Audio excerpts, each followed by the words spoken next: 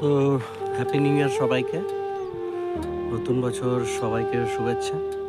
আজকে জানুয়ারি মাসের ফার্স্ট দিন, আর এখন ঘড়ির সময় সকাল 7টা 29। তো একটা কথা বলবো, যে কথাটা আর কি বলতে চাইছিলাম।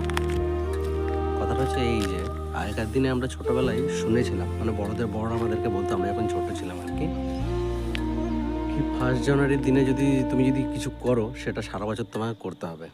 তাহলে মানে ফার্স্ট জানুয়ারির দিনে কেউ যদি বাইরে ঘুরতে যায়, তার মানে সে সারা বছর বাইরেই ঘুরতে যাবে, সে কাজবাজ কোনো দিন করবে না, তার দিন চলবে।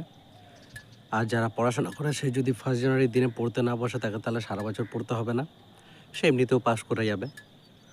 আর ফার্স্ট জানুয়ারির দিনে যদি তোমার সঙ্গে কারোর সঙ্গে ঝগড়া হয়, তাহলে সারা বছর নাকি তোমার সঙ্গে কারো ঝগড়া হয়। আরও এরকম অনেক কারণ আছে।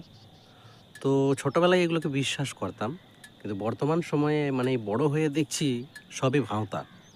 একটা ভয় দেখানো হতো আমরা যখন ছোটো ছিলাম আর কি, যাতে আমরা ভালো করে একটু থাকি। কিন্তু এখনকার দিনে ছেলেমেয়েদেরকে সেরকম আর কেউ ভয়ও দেখায় না, বাবা মারা আর কিছু বলেও না।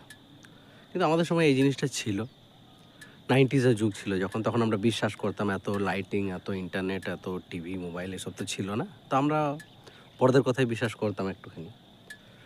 তো বর্তমানে এসে দেখি সবই ভুয়ো, কিচ্ছু নয়।